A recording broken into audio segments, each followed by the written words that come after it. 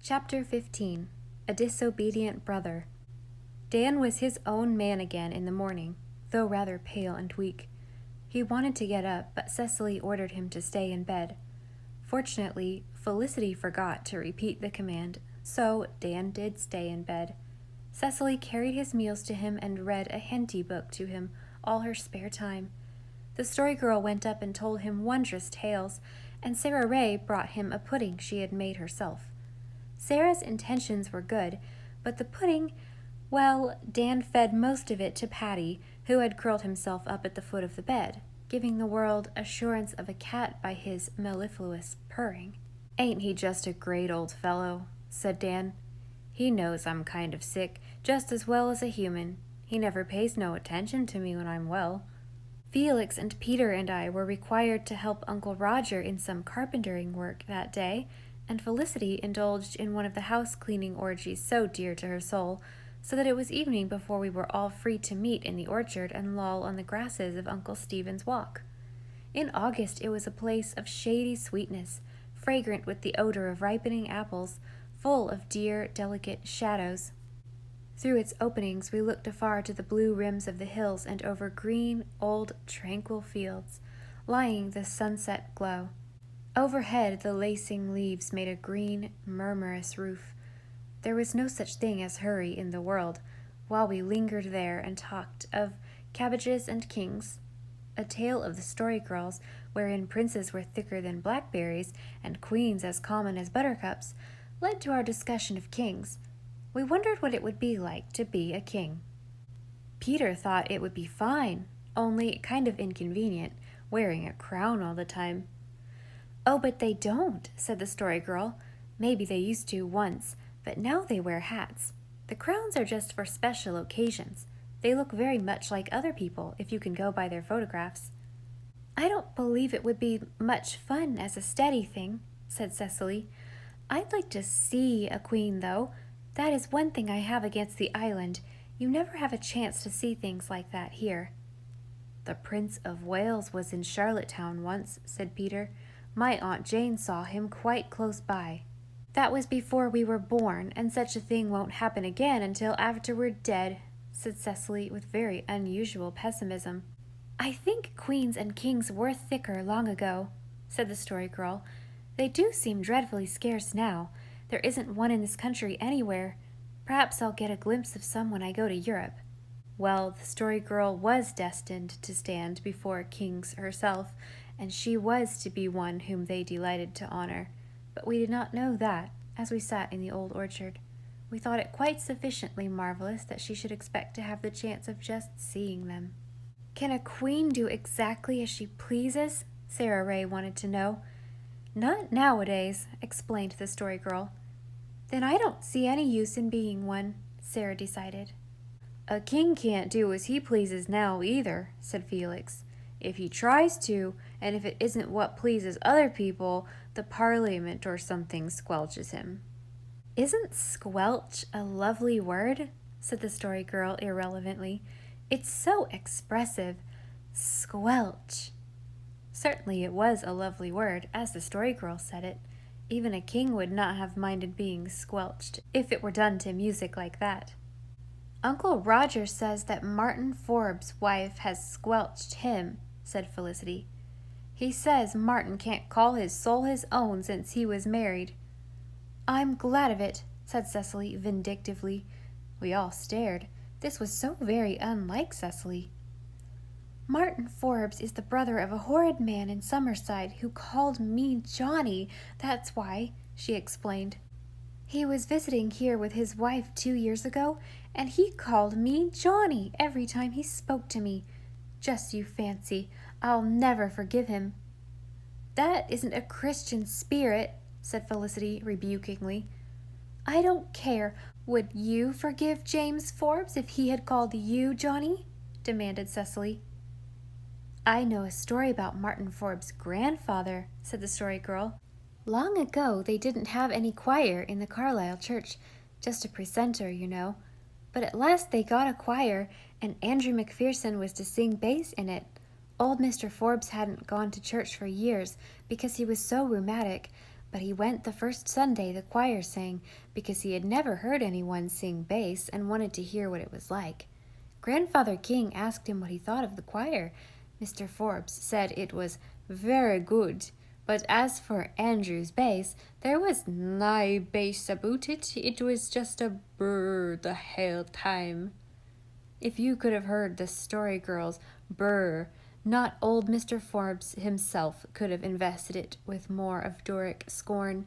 We rolled over in the cool grass and screamed with laughter. "Poor Dan," said Cecily compassionately. "He's up there all alone in his room, missing all the fun. I suppose it's mean of us to be having such a good time here when he has to stay in bed." "If Dan hadn't done wrong eating the bad berries when he was told not to, he wouldn't be sick," said Felicity. "You're bound to catch it when you do wrong. It was just a providence he didn't die." "That makes me think of another story about old Mr. Scott," said the Story Girl. "You know, I told you he was very angry because the presbytery made him retire. There were 2 ministers in particular he blamed for being at the bottom of it. One time a friend of his was trying to console him and said to him, 'You should be resigned to do the will of Providence.' 'Providence had nothing to do with it,' said old Mr. Scott. ''Twas the McCloskeys and the devil.'" "You shouldn't speak of the devil," said Felicity, rather shocked. "Well, that's just what Mr. Scott said." "Oh, it's all right for a minister to speak of him, but it isn't nice for little girls. If you have to speak of him, you might say the old scratch. That is what Mother calls him." "'Twas the McCloskeys and the old scratch," said the Story Girl reflectively, as if she were trying to see which version was the more effective. "It wouldn't do," she decided. "I don't think it's any harm to mention that person when you're telling a story," said Cecily. "It's only in plain talking it doesn't do. It sounds too much like swearing then." "I know another story about Mr. Scott," said the Story Girl. "Not long after he was married, his wife wasn't quite ready for church one morning when it was time to go. So, just to teach her a lesson, he drove off alone and left her to walk all the way. It was nearly 2 miles in the heat and dust. She took it very quietly. It's the best way, I guess, when you're married to a man like old Mr. Scott. But just a few Sundays after, wasn't he late himself? I suppose Mrs. Scott thought that what was sauce for the goose was sauce for the gander, for she slipped out and drove off to church as he had done. Old Mr. Scott finally arrived at the church, pretty hot and dusty, and in none too good a temper. He went into the pulpit, leaned over it, and looked at his wife, sitting calmly in her pew at the side. "It was cleverly done," he said, right out loud, "but dinna try it again." In the midst of our laughter, Pat came down the walk, his stately tail waving over the grasses.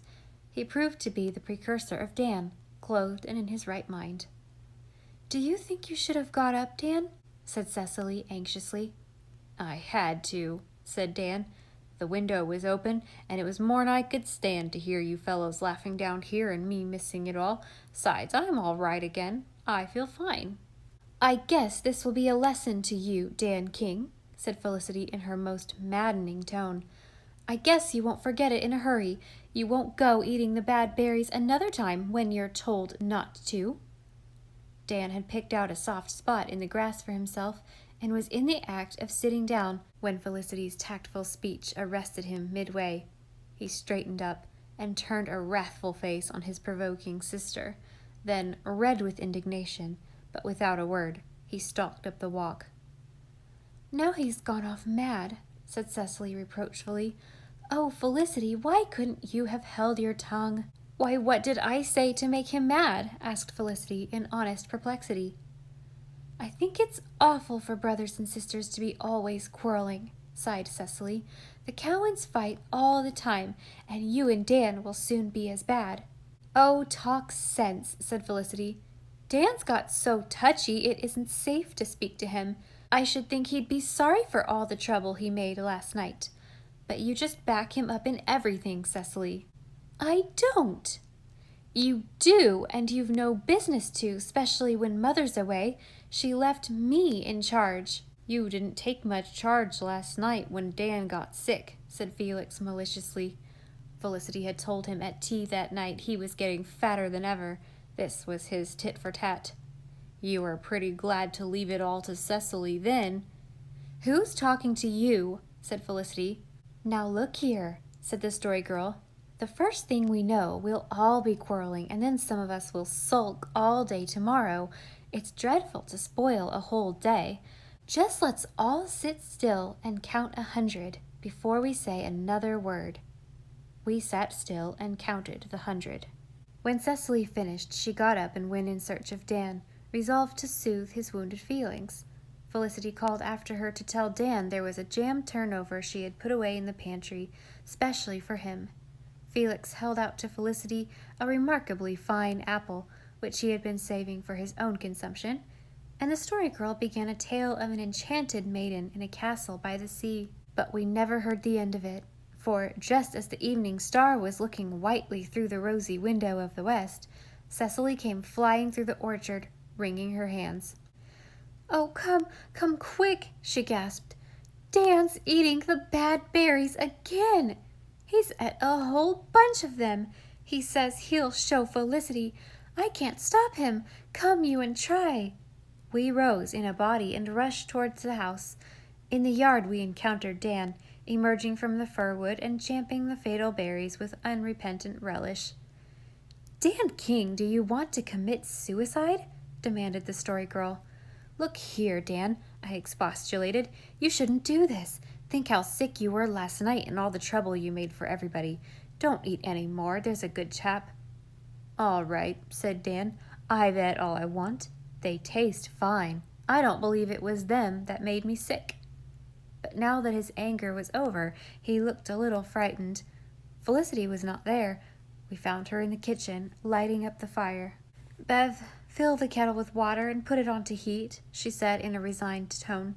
"If Dan's going to be sick again, we've got to be ready for it. I wish Mother was home, that's all. I hope she'll never go away again. Dan King, you just wait till I tell her of the way you've acted." "Fudge, I ain't going to be sick," said Dan. "And if you begin telling tales, Felicity King, I'll tell some too. I know how many eggs Mother said you could use while she was away, and I know how many you have used. I counted. So you'd better mind your own business, miss." "A nice way to talk to your sister when you may be dead in an hour's time," retorted Felicity, in tears between her anger and her real alarm about Dan. But in an hour's time, Dan was still in good health, and announced his intention of going to bed. He went, and was soon sleeping as peacefully as if he had nothing on either conscience or stomach. But Felicity declared she meant to keep the water hot until all danger was past, and we sat up to keep her company. We were sitting there when Uncle Roger walked in at 11 o'clock. "What on earth are you young fry doing up at this time of night?" he asked angrily. "You should have been in your beds 2 hours ago. And with a roaring fire on a night that's hot enough to melt a brass monkey. Have you taken leave of your senses?" "It's because of Dan," explained Felicity wearily. "He went and ate more of the bad berries, a whole lot of them, and we were sure he'd be sick again. But he hasn't been yet, and now he's asleep." "Is that boy stark staring mad?" said Uncle Roger. "It was Felicity's fault," cried Cecily, who always took Dan's part through evil report and good report. "She told him she guessed he'd learned a lesson and wouldn't do what she told him not to again, so he went and ate them because she vexed him so." "Felicity King, if you don't watch out, you'll grow up into the sort of woman who drives her husband to drink," said Uncle Roger gravely. "How could I tell Dan would act so like a mule?" cried Felicity. "Get off to bed, every one of you. It's a thankful man I'll be when your father and mother come home. The wretched bachelor who undertakes to look after a house full of children like you is to be pitied. Nobody will ever catch me doing it again. Felicity, is there anything fit to eat in the pantry?" That last question was the most unkindest cut of all. Felicity could have forgiven Uncle Roger anything but that. It really was unpardonable. She confided to me as we climbed the stairs that she hated Uncle Roger. Her red lips quivered, and the tears of wounded pride brimmed over in her beautiful blue eyes. In the dim candlelight, she looked unbelievably pretty and appealing. I put my arm about her and gave her a cousinly salute. "Never you mind him, Felicity," I said. "He's only a grown-up.